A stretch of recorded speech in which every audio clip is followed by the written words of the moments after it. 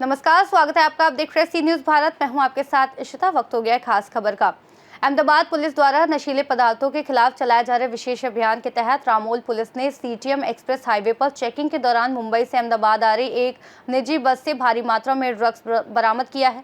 Police ने जूबर उर्फ छोटू रंगरेज को 11.75 लाख रुपए के मूल्य की 87 ग्राम 140 मिलीग्राम एमजी ड्रग्स और 58 ग्राम 140 मिलीग्राम ब्राउन हीरोइन के साथ गिरफ्तार किया है। मामले में सरफराज शेख और सिद्दीकी शेख को वांछित घोषित किया गया। पुलिस के अनुसार आरोपी मुंबई से राइस और हैदर नामक कंपनी के नाम पर अंगूर लाकर अहमदाबाद में बेचने के आड़ में ड्रग्स की तस्करी करता था। आरोपी के खिलाफ पहले से भी दानी लिमडा पुलिस स्टेशन में 6 आपराधिक मामले दर्ज हैं। रामोल पुलिस ने छोटू रंगरेज को गिरफ्तार कर आगे की जांच शुरू कर दी है और फरार आरोपियों की तलाश जारी है।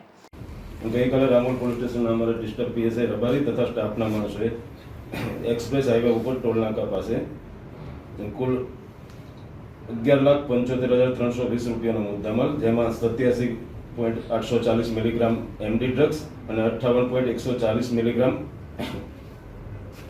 બ્રાઉન હેરોઇન સાથે એક આરોપી જુબેર ઉર્ફે છોટુ લાલભાઈ રંગરેજને ગઈકાલે ધરપકડ કરવામાં આવેલી છે।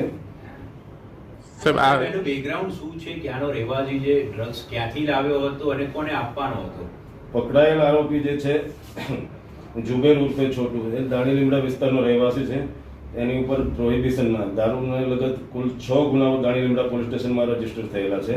આરોપી સાથે અન્ય 2 આરોપીઓ જે વોન્ટેડ છે, એમાં આરોપી છે સિદ્દીક શેખ અને સરફરાજ શેખ, જે બંને અહીંથી 4 વ્હીલર કારમાં આ ડ્રગ્સ લેવા માટે મુંબઈ ગયેલા અને આ ડ્રગ્સનો જથ્થો મુંબઈના રઈસ ઉર્ફે હૈદર પાસેથી લાવેલાનું તપાસ દરમિયાન જણાઈ આવેલ છે। અહીંયા કોને આપવાનો? આરોપીઓ બીજા જે અન્ય આરોપી હતા કારમાં સાથે ગયા હતા, એ ક્યાં છે એમ કે કોઈ માહિતી મળી છે કે કેમ?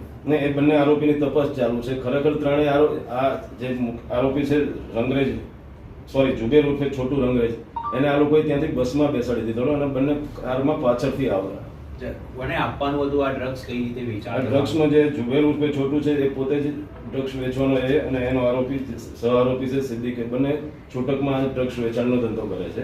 બાકીની હકીકત તપાસ આરોપીના રિમાન્ડ મેળવવા તજવીજ કરેલ છે, તપાસ દરમિયાન જણાઈ હશે। સાહેબ, અત્યાર સુધીમાં કેટલી વખત તેણે હેરાફેરી કરી હશે એ અંગે કોઈ માહિતી મળી છે કે કેમ? એ તપાસ ચાલુ છે। આજે આરોપીને નામદાર કોર્ટમાં રજૂ કરી અને એના 10 દિવસના રિમાન્ડ માંગવામાં આવનાર છે। तपास दरमियान आगरनी हकीकत जणाई। अहमदाबाद से सी न्यूज़ संवाददाता यज्ञेश गोस्वामी की रिपोर्ट। अहमदाबाद पुलिस की ये कार्रवाई नशे के कारोबार के खिलाफ एक मजबूत संदेश है कि अपराध चाहे जितना भी संगठित हो, कानून के शिकंजे से बचना संभव नहीं। इस खास रिपोर्ट में फिलहाल इतना ही। देश और दुनिया की तमाम बड़ी जानकारियों के लिए देखते रहिए सी न्यूज़ भारत।